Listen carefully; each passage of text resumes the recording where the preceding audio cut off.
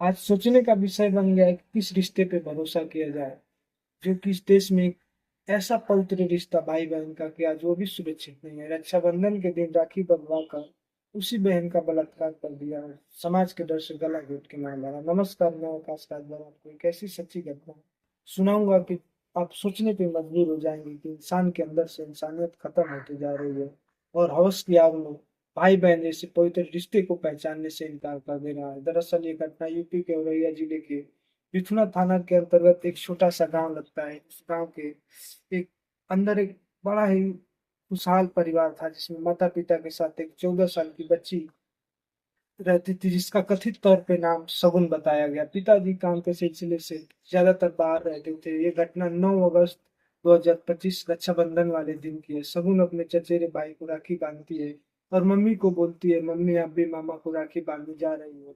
Mummy बोलती है हाँ बेटा, और बोल के चली जाती है। बोलती है अपना तुम ध्यान रखना। वो अपने मायके नोएडा चली जाती है। धीरे धीरे शाम होता है, रात होता है, शगुन खाना खाती है और सो जाती है।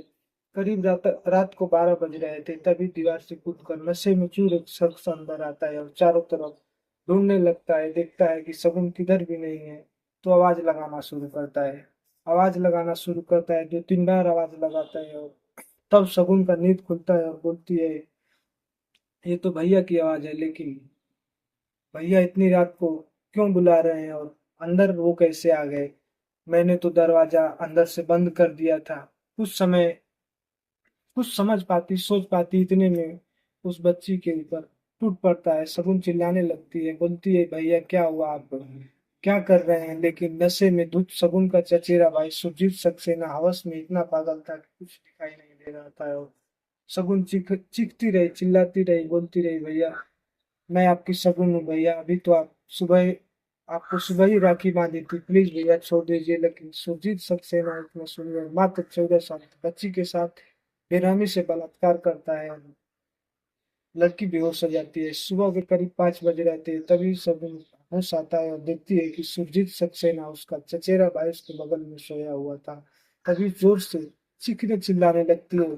सुरजीत की अचानक से नींद खुलती है और देखता है कि मैं इसके बगल में सोया पड़ा हूँ। तभी वो सोचता है कि अगर मैं इसको जीवित छोड़ता हूँ तो ये पूरे गांव को बताएगी और मैं बदनाम हो जाऊंगा। इस डर से उसने उस लड़की को मारने की कोशिश किया और उसका गला दबाने लगा और बोलता है, सोचता है कि मार दूंगा तो बच जाऊंगा। लेकिन लड़की चिल्लाने लगती है, बोलती है भैया मुझे मत मारिए, मैं किसी से कुछ नहीं बोलूंगा भैया, प्लीज मुझे छोड़ दीजिए। लेकिन पापी एक ने सुनी और गला दबा के मार दिया। सच को छुपाने के लिए लड़की का शव पंखे से लटकाता है और कैसे भी दीवार कूद के भाग जाता है। जब सुबह होती है और शगुन के पिताजी काम से घर लौट के आते हैं तो वापस आते हैं तो दरवाजा खोलने लगते हैं, खटखटाने लगते हैं, चिल्लाने लगते हैं, चीखने लगते हैं, लेकिन दरवाजा नहीं खुला। और खुलता भी कैसे जब बच्ची तो मर चुकी थी। गांव के अगल बगल के आसपास के लोग, पड़ोस के लोग इकट्ठा होते हैं और दरवाजा तोड़ते हैं और देखते हैं तो बच्ची का शव पंखे से लटका मिला। उसके बाद अपने नजदीकी थाना बिथना को सूचित करते हैं और थाना आती है, शव को कब्जे में लेती है, पोस्टमार्टम के लिए भेजती है और शक के आधार पे कुछ संदिग्धों को हिरासत में लेती है। पूछताछ चलता है। इस केस को सुरजीत आर सक्सेना द्वारा जांच किया जाता है, पड़ताल किया जाता है बहुत सख्ती के साथ। तो पता चलता है कि और कोई नहीं, शगुन का चचेरा भाई जिसको शगुन ने राखी बांधी थी वही इस केस का दोषी है। इस केस की तहरीर में वही दोषी पाया जाता है। उसके बाद उसको अगले कोर्ट में भेज दिया जाता है। तो आपको इस घटना को सुनाने का मतलब ना किसी को परेशान करना, ना किसी जाति धर्म को ठेस पहुंचाना। बस आप सतर्क रहें, सुरक्षित रहें, सावधान रहें। जय हिंद, जय भारत।